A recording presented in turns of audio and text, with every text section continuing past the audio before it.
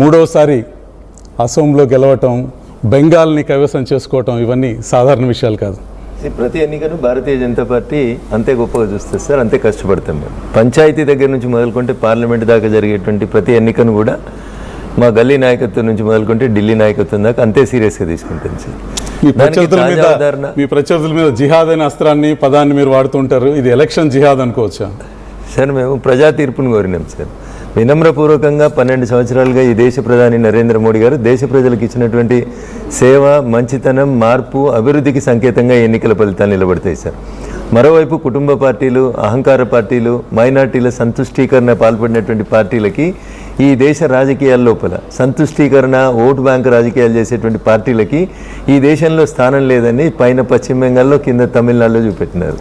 తమిళనాడు రాష్ట్ర ఉప ముఖ్యమంత్రి మాట్లాడిన మాటలు, తమిళనాడులో ద్రవిడ రాజకీయాలను చేస్తామని చెప్పి దేశంలో పార్లమెంటులో ప్రధానిని ఎకసెక్కాలాడిన టీఎంసీ ఎంపీలకి, తమిళనాడు నుంచి వచ్చినటువంటి మా డిఎంకే ఎంపీల మిత్రులకి ప్రధానమంత్రిని ప్రధానమంత్రి కుర్చీలో కూర్చోవడానికి రాకుండా అడ్డుపడదామని మహిళా ఎంపీలను అడ్డం పెట్టుకొని ఆట ఆడదామనుకున్నటువంటి ఇండీ కూటమికి ఈ ఎన్నికలు ఒక గుణపాఠంగా నిలుస్తాయని చెప్పి నేను భావిస్తా ఉన్నాను.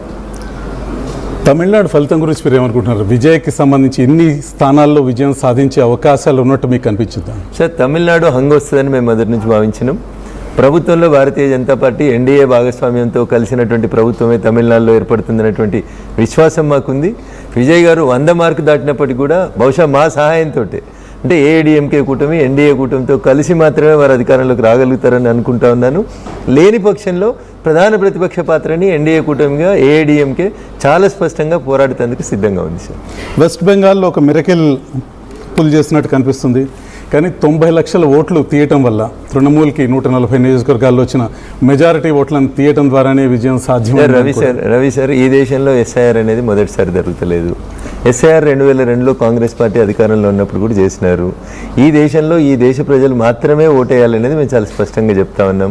ఇల్లీగల్ ఇమ్మిగ్రెంట్స్, పక్క దేశాల నుంచి దుర్మార్గంగా ట్రెస్ పాస్ చేసి వచ్చిన వాళ్ళు, దొంగ ఓట్లు, దొంగ ఆధార్ కార్డులు, దొంగ ఐడి కార్డులు తీసుకొని వచ్చి ఆఖరికి నా పార్లమెంట్ పరిధిలో సదాశివపేట మున్సిపాలిటీలో బంగ్లాదేశ్లో ఓటు ఇచ్చిందని చెప్పి నేను పార్లమెంట్లో మాట్లాడాల్సినటువంటి దుస్థితి వచ్చింది రవి సార్. అందుకని ప్రజలు స్పష్టంగా, చాలామంది ఏమనుకుంటారు, మైనార్టీ సంతుష్టీకరణ వెస్ట్ బెంగాల్లో 35% దాటిరు, 42%కి వచ్చిండ్రు, కానీ వాళ్ళు ఓట్లు వేస్తే చాలనుకొని మనల్ని అందరినీ హేళన చేసి మెజారిటీ ప్రజల్ని హేళన చేయాలనుకున్నటువంటి రాజకీయ పార్టీలకి ఇది ఒక కనువిప్పు, ఒక మేల్కొల్పులాగా ఈ ఎన్నికల ఫలితాలు నిలబడతాయని నేను అనుకుంటున్నాను. మహిళా డీలిమిటేషన్ బిల్ని వ్యతిరేకించిన పార్టీలు డిఎంకే, మమతా పార్టీ. అందుకనే నరేంద్ర మోడీ గారు లోక్సభలో ప్రత్యేక సెషన్ పెట్టిన రోజు ఉదయం పార్లమెంట్కి వచ్చి వారు చెప్పిన మాట పనిచేసిందని 100% పనిచేసింది. ప్రధానమంత్రి గారు స్పష్టంగా చెప్పిండ్రు, ఈ బిల్లు మీరు ఓడగొడితే దానివల్ల లాభపడేది నేను, భారతీయ జనతా పార్టీ. కానీ ఈ బిల్లు పాస్ చేయించి మీరు ఎట్లయితే మహిళా బిల్లును సెప్టెంబర్ 2023లో పాస్ చేయించినప్పుడు దేశ ప్రజలంతా అందరినీ గొప్పగా చూసారో అదే రీతి లోపల మీ బిహేవియర్ ఉండాలని నేను కోరుకుంటున్నా అని చెప్పిండ్రు. కానీ the way in which TMC MPs behaved, the way in which DMK MPs behaved, దేశంలో ఉన్నటువంటి మహిళలందరూ చూస్తారు sir. This is not only for మహిళలు, మీరు అర్థం చేసుకోవాల్సింది. 816 స్థానాలకి పార్లమెంటు స్థానాలు పెరిగితే ఇప్పుడున్నటువంటి ఎస్సీ ఎస్టీ రిజర్వేషన్ సీట్లు 120 నుంచి 170కి పెరుగుతాయి సార్. 50 మంది కొత్తగా ఎస్సీలు ఎస్టీలు ఎంపీలుగా వచ్చి పార్లమెంట్కి రావడానికి అవకాశం ఉన్నటువంటి అవకాశాన్ని కూడా రాజ్యాంగమే చెప్పింది, అంబేద్కర్ గారు రాసిన రాజ్యాంగమే చెప్పింది. జనాభా ప్రాతిపదికన సమాధానం చెప్పండి. బెంగాల్లో సిపిఎం, కాంగ్రెస్, మమతా బెనర్జీ, తృణమూల్ కాంగ్రెస్ 3 విడివిడిగా పోటీ చేశాయి. ఆ ప్రభావం కూడా ఓటమి మీద ఉందని మీరు అనుకుంటున్నారు సార్? తమిళనాడులో 12 పార్టీలతో కలిసి కాంగ్రెస్ పోటీ చేసింది సార్. తమిళనాడులో 12 పార్టీలతో కలిసి పోటీ చేసారు సార్ స్టాలిన్ గారు, దట్ ఇంక్లూడ్స్ కాంగ్రెస్ ఆల్సో. ఏమొచ్చింది సార్ ఫలితం? 3వ స్థానానికి పోయారు సార్. ఒకవేళ మీరు అన్నట్టు వెస్ట్ బెంగాల్లో కూడా వీళ్ళందరూ కలిసి పోయింటే మేము 200 మార్కు దాటేటోళ్ళం సార్. రఘునందన్ రావు గారు, ఒక విషయం చెప్పండి. ఈ పశ్చిమ బెంగాల్ విజయం తర్వాత భారతీయ జనతా పార్టీ ఢిల్లీలో చక్రం తిప్పబోతుంది, 15 మంది ఎంపీలని చేర్చుకోబోతుంది. తద్వారా తెలుగుదేశం లాంటి పార్టీల మీద ఆధారపడే మైనార్టీ ప్రభుత్వాన్ని నడిపే పరిస్థితి. రెండోసారి నరేంద్ర మోడీ గారు అధికారంలోకి వచ్చినప్పుడు భారతీయ జనతా పార్టీ సోలోగా 273 అనేటువంటి మార్కును దాటి మాకు సంఖ్య ఉన్నప్పటికీ కూడా మేము ఎన్డీఏ అనేటువంటి కూటమిని గౌరవించినాం, మిత్రధర్మాన్ని పాటించినాం. ఆ రోజు ఎట్లున్నామో మెజారిటీ ఉన్న రోజు, ఈరోజు కొన్ని స్థానాలు సంఖ్య తక్కువ ఉన్నప్పటికీ కూడా మేము ఎన్డీఏ మిత్రధర్మాన్ని పాటిస్తాం, ఖచ్చితంగా పోతాం sir. Kindly don't compare any Telugu Desam party ఇంకొక పార్టీనో ఇప్పుడే ఈ ఫలితాలను మేము ఆస్వాదించకంటే ముందే కూటమిలో ఏదో జరగబోతా ఉంది, వేరే ఎంపీలని తీసుకొచ్చుకుంటారు, ఇది చేస్తారు అది చేస్తారు, ఏం లేదు సార్.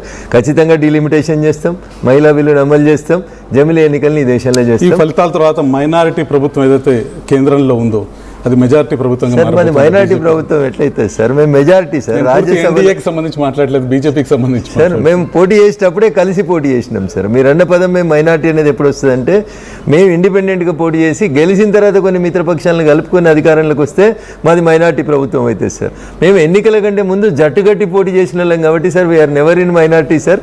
మేము మెజారిటీతోటే ప్రభుత్వాన్ని ఏర్పాటు చేసినాం సార్, మిత్రధర్మాన్ని పాటిస్తాం. ఇంకొంత మెజారిటీ సాధించబోతున్నారు, 100% మా బలాన్ని పెంచుకుంటాం సార్. ఇప్పుడు పెరిగినటువంటి స్థానాల వల్ల మాకు రాజ్యసభలో రేపు వచ్చేటువంటి తృణమూల్ కాంగ్రెస్ రాష్ట్రాల నుంచి కానీ, తమిళనాడు లాంటి రాష్ట్రాల నుంచి కానీ ఇంకా మాకు రాజ్యసభ సభ్యులు పెరుగుతారు సార్. ఇప్పటికే సింగిల్ లార్జెస్ట్ పార్టీగా భారతీయ జనతా పార్టీ రాజ్యసభలో బాగా ఎదిగిపోయింది, ఇంకా భవిష్యత్తులో కూడా ఇంకా ఎదుగుతాం సార్. ఖచ్చితంగా ఈ దేశానికి నరేంద్ర మోడీ గారి నాయకత్వంలో జరుగుతున్నటువంటి మంచే పాజిటివ్ ఓటింగే మమ్మల్ని ముందుకు తీసుకుపోతామని తప్ప మేము ఎక్కడ కూడా ఎదిగినాక మేము ఒదుగున్నాం సార్. మిగిలిన వాళ్ళు ఎదిగిన తర్వాత ఎగిరెగిరి పడుతున్నారు సార్.